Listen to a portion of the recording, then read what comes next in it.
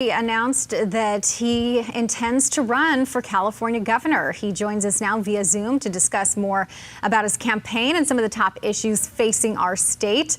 Good morning, Doug. Good to see you. Good morning, Lauren. Great to be with you. Well, thanks for joining us. You served as U.S. representative for the Sacramento area for about 6 years, and now you are throwing your hat in the ring to run the state of California. Tell us why you decided to make this leap. Well, first of all, I want to say you had Duncan Hunter Sr. on there, and I was trying to figure out how to say hello to him. He and I served together in Congress. Lauren, the reason I'm running for governor is that this state is in such disarray and is so lacking in leadership. Families up and down this state are just being hammered, whether it be school or jobs or what have you. We need to get some consistent, seasoned leadership in the governor's chair and fix these problems.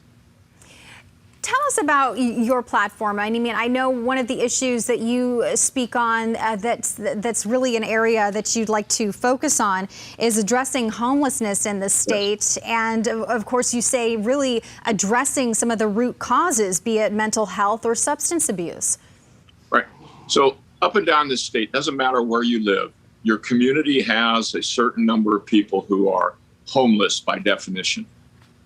90% of those folks are either suffering from drug addiction, mental illness, or both.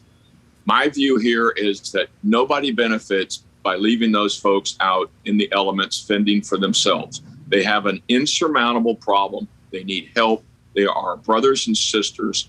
We need to figure out a way, which does exist, by the way, passed back in 1967. We need to figure out a way to bring these people in so they can get treatment and cure the drug addiction or the mental illness that they're suffering from. It's just destroying lives, it's destroying families, it's destroying communities, and our leaders are turning a blind eye to it, just like, oh, well, it's just status quo, let's go with it. That's not acceptable. That needs to change. One of the other issues that, of course, is top of mind for everyone, especially in the state of California, is this pandemic and recovering from it, both in a way of being safe and also economically. The state was hit very hard. What are your thoughts on both how Governor Newsom handled this pandemic and how you would address a recovery if you were in his chair? So we've known, Lauren, we've known for months that a vaccine was coming. Actually, we've known for months that multiple vaccines were coming, and lo and behold, here they are. Nobody in that intervening time from May of last year, when President Trump initiated this process, to say February of this year, nobody in the state of California did any substantive work to arrange the logistics and distribution of that vaccine. That is a failure of leadership. They knew the vaccine was coming, and they did nothing to prepare for it.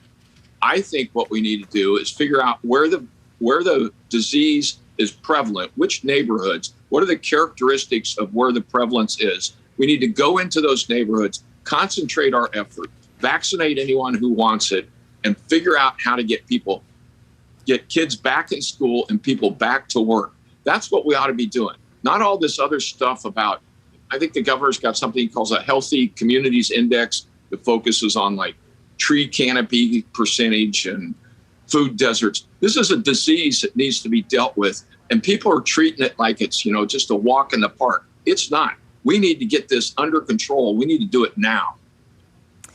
And of course, I want to touch on another topic because you're widely known for negotiating a resolution to the energy crisis of the early 2000s. This is something in California that obviously we're seeing.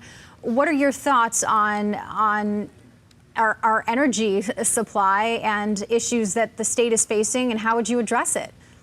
So whether you're a ratepayer to San Diego Gas and Electric or Edison or PG&E or any of the other municipalities up and down the state, right now in the state of California, ratepayers are paying a 70 to 80% premium for electricity compared to our friends who live in Arizona, Nevada, or Oregon. That's driven by a purposeful political agenda.